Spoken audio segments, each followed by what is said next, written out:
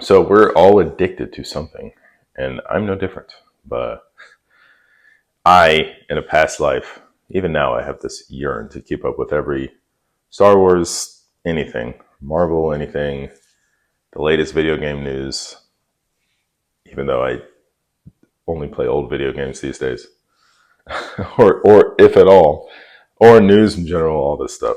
Um, right? Everybody has their thing. Maybe it's sports, maybe it's shows, whatever. But there's a problem with trying to sneak in everything. It's because as we get older, responsibilities pile up, and the time that you do have is used on that stuff. And then you'd say, well, I don't have time to work on so and so goal, do this, work out, even though you spend what, 1 or 2 hours on something, you squeeze it into your schedule every night.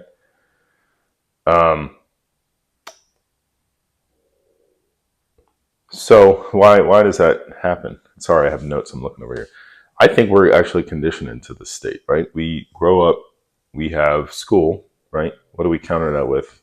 School's over, weekend, I'm gonna watch TV, I'm gonna play video games.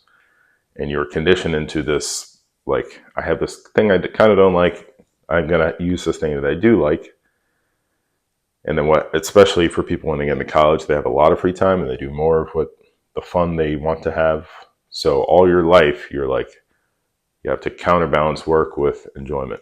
And there's a problem because when responsibilities go up, somehow we think we still need this downtime, right? We squeeze it into our schedule no matter how busy we are.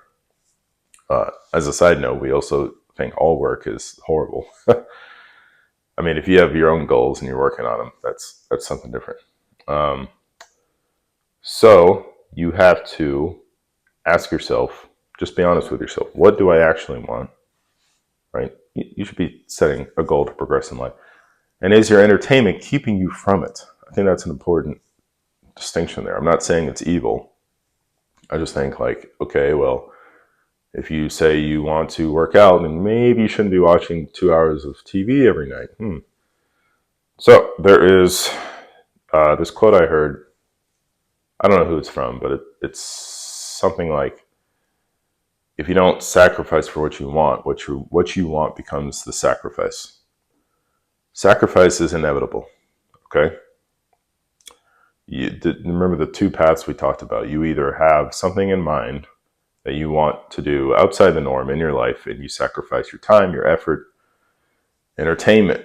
If you're getting your diet in check, maybe you got to sacrifice eating pizza and chips and who knows what.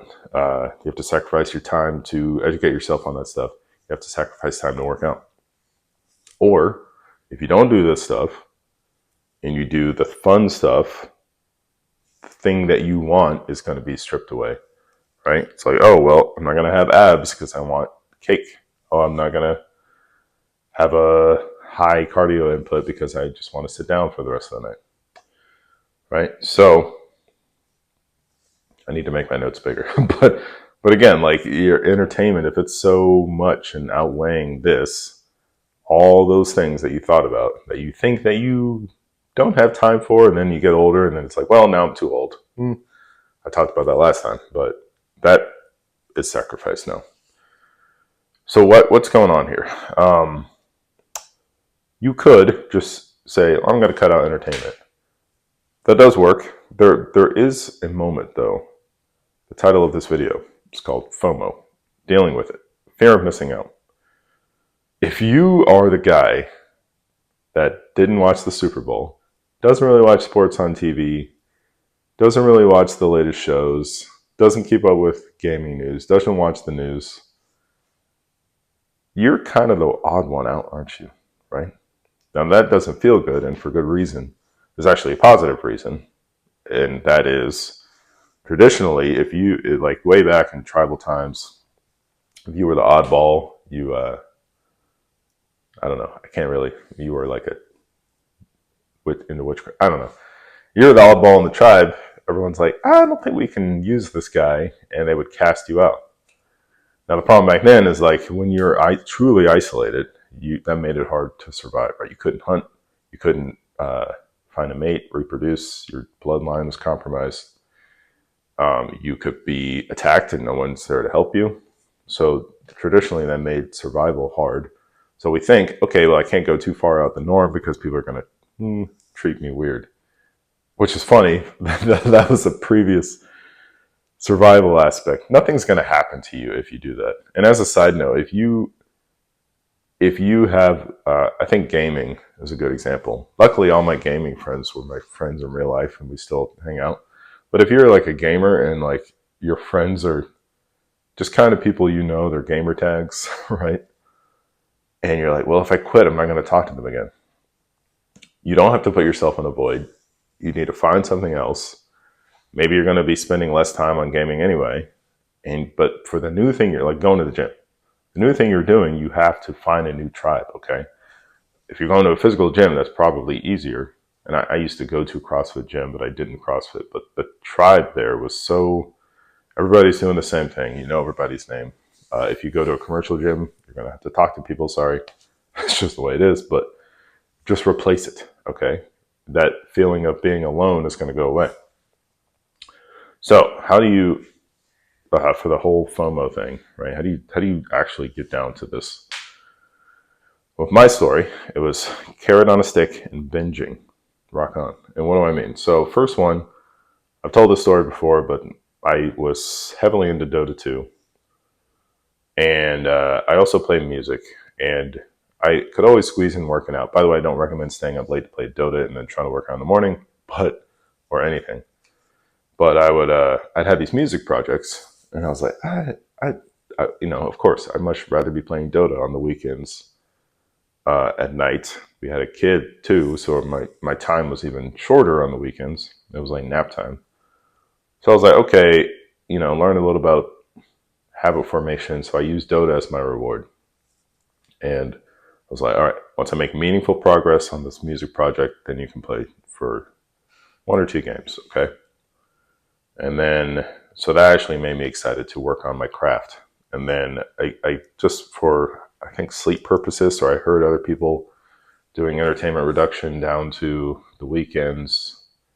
I had it at like 1 or 2 games, and then weekends only. And then from there, it was, I think I wanted to do once a week. But at that point, I was like, let me try 90 days. And then I hadn't played in a while. You don't have to take it out for that long. I'll talk about how to kind of keep it in. And then the other thing was binging. So with my shows, I was getting strung along with Star Wars. That's another story. But any show that comes out where it's like a once a week release, you have to kind of put in mental energy every week. And you kind of have like, you're thinking about it, this anticipation is kind of sitting in the back of your head. If you wait till the entire show is out, I think I did this with a couple shows, then you get to have this reward of like, now I get to watch it all and I don't have to be strung along week to week. Okay. So the message with that is that entertainment in general is not going anywhere. Okay. It feels kind of weird because I didn't watch the Super Bowl. I mean, neither of my team. My team was not in there. I haven't been to a movie theater very often in quite some time, and it just, you start cutting stuff out, and but then you're like, I'm kind of fine without it, and then eventually you watch the movie on streaming, and it's like, all right, well, that wasn't that good. But trust me, you'll be fine. You don't have to go out to the movie theater, right? If you have stuff to do, if you have goals you want, be honest with yourself. Like, do you need to go out every weekend? Now, let me be clear. I'm talking to people like myself that are busy adults, parents. If you're like a single if you're a single college guy, right, or even just single, or things pile up as you go through life. Single in school, single with a job, married, and then now you start adding like kids, pets, all that stuff. You don't have as much time as you used to.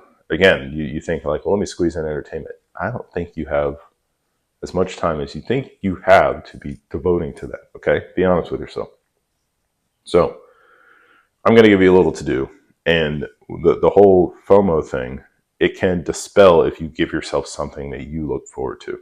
Okay, Like, I don't mind missing out on stuff because I have other things that I'm working towards. So what you do, first of all, is the mindset.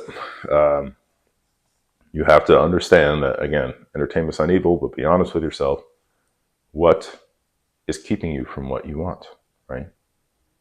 If you're super busy, like, I don't know, if you have 30 minutes of free time, I hate to break it to you, but you don't have the time to, slack off. I don't know how else to say it. And then again, it's like, if you are squeezing in shows or even social media scrolling, is that keeping you from what you want? Second thing is goals, right? Don't just put yourself in a void, have something to work towards. If you're absolutely lost, think of something you don't like or hate in your own life.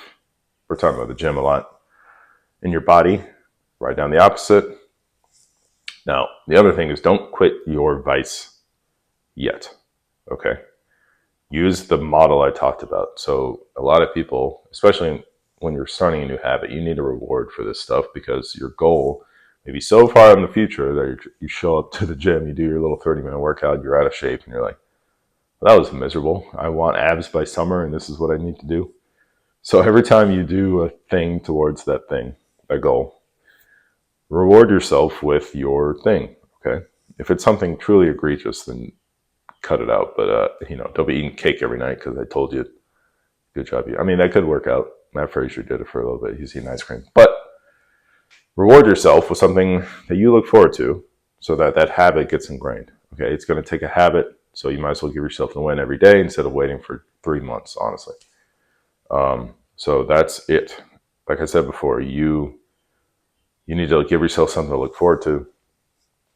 You're going to mourn, I wrote this down, you're going to mourn your past life, okay? I miss being able to watch every show every week, Star Wars and Marvel. I miss playing Dota sometimes. I miss watching Warcraft lore videos.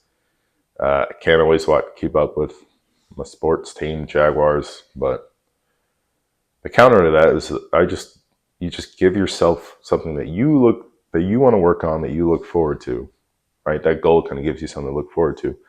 And eventually you'll be in this condition to have longer term thinking, right? I don't mind, like, I miss that stuff, but I don't mind not doing it because I have stuff I'm working on, and I just kind of see, quote unquote, see it in the future, right? So that's how you deal with it. You may need a new tribe of people. You need to give yourself a goal to work on, and you just cut all the other stuff out. And it's going to feel weird, okay? You don't, but honestly, like, whatever's happening in politics, in sports, in entertainment, that doesn't affect your life, except give you feelings, okay, that you don't have to put up with. Thanks for watching.